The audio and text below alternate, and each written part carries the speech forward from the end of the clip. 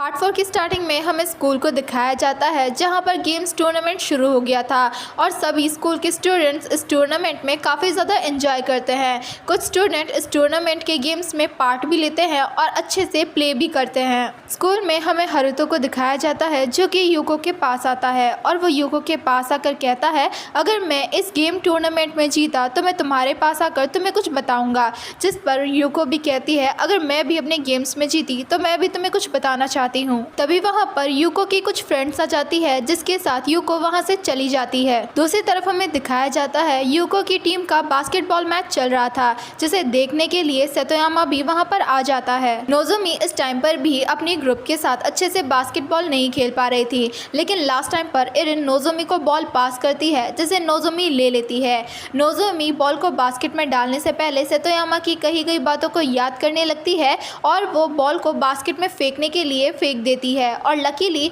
उसकी फेंकी हुई बॉल बास्केट में चली भी जाती है जिसकी वजह से नोजोमी और उसकी टीम जीत जाती है। ये देखकर वो तीनों फ्रेंड्स ही बहुत ही ज्यादा खुश होती है। सेतोयामा भी यहाँ पर नोजोमी के लिए बहुत ही ज्यादा खुश होता है। सीन शिफ्ट होता है और हमें सेतोयामा के फुटबॉल मैच को दिखाया जाता है जहाँ पर सेतोयामा अपना बेस्ट देने की पूरी कोशिश कर रहा था और हारुतो भी यहाँ पर बहुत अच्छे से खेल रहा था। लेकिन लास्ट टाइम पर जब सेतोयामा हारुतो को बॉल पास करता है तो हारुतो उस बॉल को अच्छे से नहीं मार पाता जिसकी वजह से उन लोगों की टीम हार जाती है। सेतोयामा यहाँ पर बहुत ही ज्यादा अपसेट हो जाता है बिकॉज वो जीतते जीतते हार गए थे और हारुतो तो यहाँ पर पूरी तरीके से हार्ट ब्रोकन हो जाता है। देन हमें हारुतो को दिखाया जाता है जो कि अकेले में बैठा होता है। तभी वहाँ पर यूको आती है और वो हारुतो को उसका गेम हारने पर इट्स ओके कहती है। यूको यहाँ पर हारुतो से पूछती है, अगर तुम आज गेम जीत जाते तो क्या तुम इरिन को अपनी फीलिंग्स कन्फेस करते? जिस पर हारुतो कुछ भी नहीं कहता। जिस पर यूको कहती है, अच्छा है तब तो तुम गेम नहीं जीते बिकॉज आज मुझे तुमसे अपनी फीलिंग्स कन्फेस करनी है।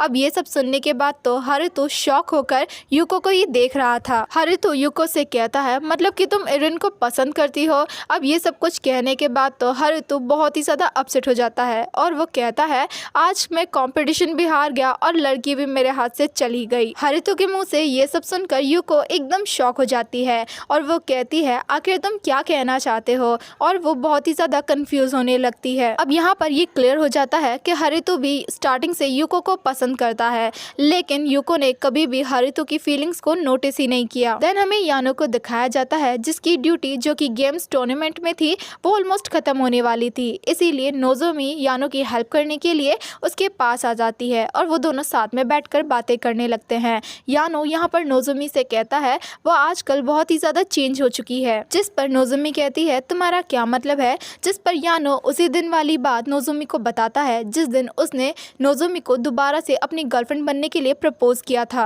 उस दिन जब यानो ने नोजोमी को दोबारा से अपनी गर्लफ्रेंड बनने के लिए प्रपोज किया था तब नोजोमी ने साफ साफ यानो को मना कर दिया था, ये कहते हुए कि मैं तुम्हें डेट नहीं कर सकती। ये सुनकर तो यानो बहुत ही ज़्यादा सरप्राइज होता है बिकॉज आज से पहले नोजोमी कभी भी किसी को डायरेक्ट आंसर नहीं कर पाती थी और ना ही नोजोमी उस दिन से पहले कभी अपने चॉइसेस किसी पर्सन के सामने खुलकर रख पाती थी। लेकिन आज नोजोमी में बहुत ही ज़्यादा कॉन्फिडेंस आ गया था और वो अपने चॉइस और व्यूज़ को सामने अच्छे से प्रेजेंट कर पाती है। प्रेजेंट में यानो जाने से पहले नोजोमी से कहता है, मैं तुम्हारे लिए बहुत ही ज़्यादा खुश हूँ और नोजोमी को आगे की लाइफ के लिए गुड लक कहकर वहाँ से चला जाता है। सीन शिफ्ट होता है और हमें दिखाया जाता है स्कूल की छुट्टी हो चुकी थी और जैसे ही जब इरिन नीचे आती है तो उसे अपने सामने नोजोमी दिखती है जो कि इरिन से बातें करना चाहती थी। देन हमें नोजोमी और इरिन को साथ में दिखाया जाता है जहां पर नोजोमी इरिन से माफ़ी मांगती है सीक्रेट डायरी में उसका नाम यूज़ करके सेतोयामा से बात करने के लिए। जिस पर इरिन नोजोमी से कहती है, हम लोग किंडरगार्टन से ही साथ हैं और तुम्हें याद है जब मैं हमेशा स्कूल में रोती रहती थी तब सिर्फ तुम ही मेरा साथ देती थी, मतलब कि तुम मुझे हमेशा से ही सपोर्ट करती आई हो, तो तुमने कैसे सोच लिया कि मैं इतनी छोटी सी बात पर तुम पर नाराज़ हो जाऊंगी। इरिन की ये सारी बातें सुनकर नोजोमी बहुत ही ज़्यादा इमोशनल हो जाती है और वो रोना स्टार्ट कर देती है। इरिन यहाँ पर नोजोमी को वही सीक्रेट डायरी वापस कर देती है। अब यहाँ पर हमें पता चल जाता है कि इरिन नोजोमी से बिल्कुल भी नाराज़ नहीं है, इनफैक्ट उसने तो नोजोमी को काफ़ी टाइम पहले ही माफ़ कर दिया था। देन सीन शिफ्ट होता है और हमें नाइट का दिखाया जाता है जहाँ पर नोजोमी सेतोयामा के लिखे हुए सारे लेटर्स और उस सीक्रेट डायरी को देख रही होती है। फाइनली नोजोमी उस डायरी के अंदर एक लेटर लिखती है और नेक्स्ट डे उस लिखे हुए लेटर को अपनी डेस्क के नीचे रख देती है। एक्चुअली फाइनली नोज़ोमी ने उस लेटर के अंदर अब तक की सारी सच्चाई लिख दी थी। क्लास खत्म होने के बाद नोज़ोमी जब ब्रॉडकास्ट रूम जा रही थी तभी उसकी दोनों फ्रेंड्स उसे ऑल द बेस्ट कहती है और कहती है तुम ये कर सकती हो। नोज़ोमी अपने फ्रेंड्स की बातें सुनकर बहुत ही ज़्यादा खुश होती है। देन उन लोगों की क्लासेस चेंज होती है जहाँ पर सेतोयामा को नोज़ोमी का लिखा हुआ वो लेटर भी मिल जाता है। सेतोयामा नोज़ोमी का लिखा हुआ वो लेटर लेकर क्लासरूम से बाहर चला जाता है ताकि वो अकेले में उस लेटर को पढ़ सके। दूसरी तरफ हमें नोज़ोमी को दिखाया जाता है जो कि ब्रॉडकास्ट रूम में अपना वर्क कर रही थी। यानो भी क्लासरूम के बाहर नोज़ोमी को सुन रहा था और दूसरी तरफ इरिन भी क्लासरूम में बैठकर नोज़ोमी को सुन रही थी। नोज़ोमी यहाँ पर कहती है आज तक मैंने सभी लोगों के रिक्वेस्ट सॉन्ग ही प्ले किए हैं लेकिन आज मैं वो सॉन्ग प्ले करने वाली हूँ जो कि मेरा फेवरेट है। ये सब कुछ कहने के बाद नोज़ोमी अपने उसी फेवरेट क्रेजी बैंड का एक सॉन्ग प्ले करती है जो कि एक रॉकिंग सॉन्ग होता है जिसे सुनकर सभी लोग एकदम शॉक होते हैं, मतलब कि स्टूडेंट्स, टीचर्स, सभी लोग। और यहाँ तक कि स्टूडेंट तो बहुत ही ज़्यादा खुश हो रहे थे कि आज फाइनली पार्टी सॉन्ग प्ले हुआ है। यानो जब नोज़ोमी का ये फेवरेट सॉन्ग सुनता है तो वो एकदम सरप्राइज होता है और इरिन भी इस सॉन्ग को काफ़ी एंजॉय कर रही थी। यहाँ तक कि हारुतो और यूको भी इस सॉन्ग को सुन रहे थे जो कि अब फाइनली कपल बन चुके हैं। वहीं सेतोयामा अकेले में नोज़ोमी का लेटर पढ़ रहा था और वो जैसे ही नोज़ोमी का लिखा हुआ लेटर कंप्लीट करता है तो वो वहाँ से नोज़ोमी के पास जाने के लिए भागता है। इसी बीच हमें उन लाइंस को सुनाया जाता है जो कि नोज़ोमी ने उस लेटर के अंदर लिखे होते हैं। नोज़ोमी ने उस लेटर में लिखा होता है सॉरी सेतोयामा लेकिन मैं इरिन नहीं नोज़ोमी हूँ। मैं जानती हूँ ये सब कुछ जानने के बाद तुम मुझसे नफरत करोगे लेकिन मैं खुद से ही मजबूर थी बिकॉज मैं स्टार्टिंग से ही तुम्हें लाइक करती हूँ और मुझे तुमसे इस तरह लेटर के थ्रू बातें करना बहुत ही ज़्यादा पसंद था और जब फाइनली तुम मुझे मिले तब मैं तुम्हें खुद से दूर नहीं करना चाहती थी, इसीलिए मैंने ये सब कुछ किया। देन हमें यूको और हारुतो को दिखाया जाता है जहाँ पर यूको हारुतो से पूछती है आखिर सेतोयामा किस लड़की को लाइक करता है, जिस पर हारुतो बताता है एक्चुअली में सेतोयामा किसी भी लड़की को लाइक नहीं करता बल्कि वो तो उस लड़की को ढूंढ रहा था जिसने उसकी डेस्क पर उन लाइंस को लिखा था। वो लाइंस थी कभी भी अपनी लाइफ में हार मत मानना और कभी भी अपनी लाइफ में रुकना मत। इन सभी लाइन की वजह से सेतोयामा को बहुत ही ज़्यादा मोटिवेशन मिला था और एक्चुअली में हम लोगों को ये मिसअंडरस्टैंडिंग हो गई थी कि वो लड़की कोई और नहीं बल्कि इरिन है, जिसे सुनकर यूको बहुत ही ज़्यादा सरप्राइज होती है। दूसरी तरफ सेतोयामा फाइनली भागते भागते नोज़ोमी के पास उस ब्रॉडकास्ट रूम में आ जाता है। सेतोयामा यहाँ पर नोज़ोमी से कहता है क्या तुम मेरे साथ मजाक कर रही हो, ये सब कुछ क्या है। नोज़ोमी सेतोयामा से माफ़ी मांगते हुए कहती है आई एम सॉरी लेकिन यही सच है। जिस पर सेतोयामा नोज़ोमी से कहता है आखिर तुम इतनी ज़्यादा स्टूपिड कैसे हो सकती हो, क्या तुम्हें अभी भी कुछ भी समझ में नहीं आया। सेतोयामा जब नोज़ोमी पर चिल्ला रहा था तब नोज़ोमी थोड़ा सा डर जाती है और पीछे हटने लग जाती है जिसकी वजह से नोज़ोमी गलती से माइक ऑन कर देती है और अब पूरा स्कूल इन दोनों की बातें सुन सकता था।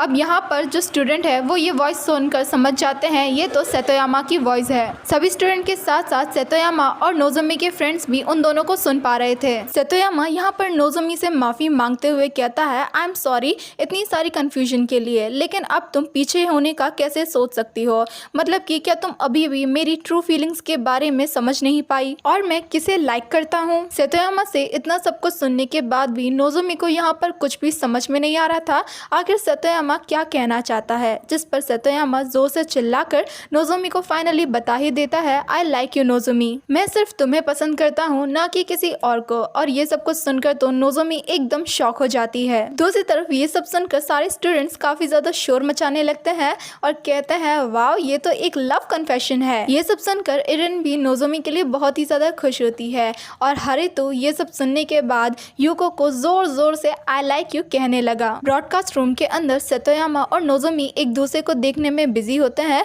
तभी माइक में से एक जोर से आवाज आती है जिसकी वजह से नोज़ोमी को पता चल जाता है कि माइक ऑन है और वो जल्दी से जाकर माइक ऑफ कर देती है। नोज़ोमी इस वजह से बहुत ही ज्यादा डरने लगती है क्योंकि पूरे स्कूल ने उन दोनों की बातें सुन ली थी, लेकिन सेतोयामा तो यहाँ पर काफी जोर जोर से हंस रहा था। देन सेतोयामा नोज़ोमी को अपनी स्टोरी बताने लगता है और बताता है, ये सब कुछ उस डेस्क पे लिखी हुई लाइनों से शुरू हुआ था, जिन लाइंस को तुमने लिखा था। कभी भी हार मत मानना और कभी भी रुकना मत। साथ ही उस डेस्क पर कुछ और लाइंस भी लिखी हुई थी, जिसमें लिखा होता है, शायद अभी ड्रीम्स को पूरा करना पॉसिबल नहीं है, लेकिन तुम कभी भी हार मत मानना, बिकॉज एक ना एक दिन तुम्हारा टाइम भी ज़रूर आएगा जिसके लिए तुम्हें हमेशा रेडी रहना होगा। प्रेजेंट में सत्यामा बताता है, तुम्हारी लिखी गई उन लाइंस ने मेरी लाइफ चेंज करने में बहुत ही ज़्यादा हेल्प की थी, इसीलिए मैं सिर्फ तुम्हें ही ढूंढ रहा था। लेकिन एक दिन जब मैंने एरिन को तुम्हारी डेस्क पर देखा, तब मुझे लगा एरिन ही वो लड़की है जिसे मैं ढूंढ रहा था। लेकिन जिस दिन हम दोनों साथ में जा रहे थे, उस दिन तुमने उन्हीं लाइंस को दोबारा से मेरे सामने बोला था, जिन्हें सुनकर कहीं ना कहीं मुझे डाउट होने लगा था, कहीं मैं कुछ गलत तो नहीं सोच रहा हूँ। और जब मैंने ब्रॉडकास्ट रूम के बाहर लगे हुए उस पोस्टर पर तुम्हारे बनाए हुए उस टेडी को देखा, जो कि तुम हमेशा ही हमारी सीक्रेट डायरी में बनाया करती हो, मुझे कंफर्म हो गया कि जिस लड़की से मैं प्यार करता हूँ वो एरिन नहीं बल्कि नोज़ोमी तुम हो। ये सब कुछ जानने के बाद मुझे खुद पर बहुत ही ज़्यादा गुस्सा आया था। आखिर मैं तुम्हें ढूंढने में इतनी बड़ी गलती कैसे कर सकता हूँ। उस नाइट मैंने काफ़ी सोचा मैं तुम्हारे पास आकर सारी मिसअंडरस्टैंडिंग क्लियर करूँ, लेकिन मैंने ऐसा कुछ भी नहीं किया, बिकॉज मुझे नहीं पता था तुम क्या फील करती हो। इसीलिए मैं बस इस वेट में था कि तुम कब मुझसे सारी सच्चाई बताओगी। और मुझे तुमसे सीक्रेट डायरी के थ्रू बातें करने में बहुत ही ज़्यादा अच्छा लगता था, इसीलिए मैंने इसे ऐसे ही कंटिन्यू रहने दिया। और हम लोगों के अम्यूज़मेंट पार्क जाने से पहले ही ऑलरेडी मुझे सब कुछ सच पता चल गया था, इसीलिए मैंने उस बारे में एरिन से कोई भी बात नहीं की।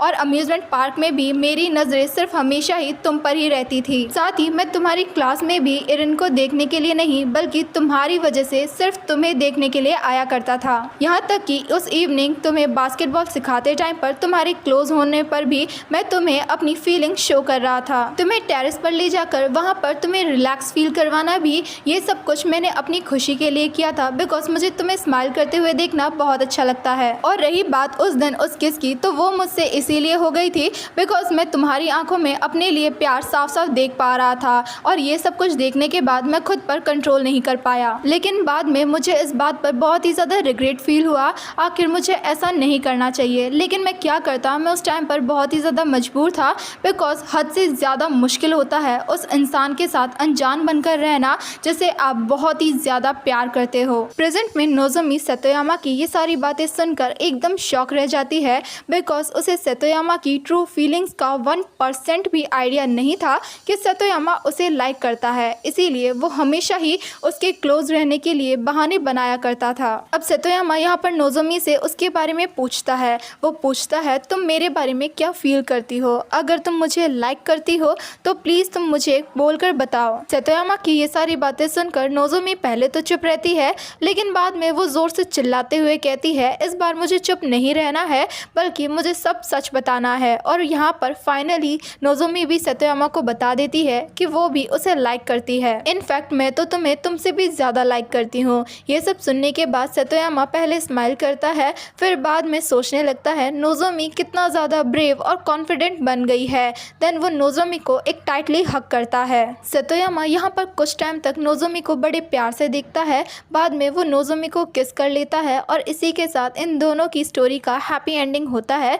बट ये स्टोरी यहीं पर एंड नहीं होती, हमें कुछ सालों के बाद का सीन दिखाया जाता है जहाँ पर नोज़ोमी एक फेमस और सक्सेसफुल रेडियो जॉकी बन गई थी, जो कि लोगों से बात भी करती है और उनके क्वेश्चन का आंसर भी करती है। नोज़ोमी स्पेशली स्कूल स्टूडेंट के क्वेश्चन का आंसर भी करती है और वह सभी स्टूडेंट को ये एडवाइस करती है सभी को अपनी पर्सनल डायरी रखनी चाहिए जिसके अंदर वो अपनी ट्रू फीलिंग्स को लिख सके। देन नोज़ोमी जब अपनी रेडियो जॉकी की जॉब कंप्लीट करके वापस घर जा रही होती है, तभी उसे बीच रास्ते में सतोयामा मिलता है जो कि नोज़ोमी का ही वेट कर रहा होता है। एक्चुअली इतने सालों में ये दोनों कपल बन चुके थे और वो आपस में बातें करते हुए जा रहे थे उन्हें हारुतो और यूको की वेडिंग में क्या स्पीच देनी चाहिए। और इसी के साथ ये स्टोरी भी यहीं पर ख़त्म होती है।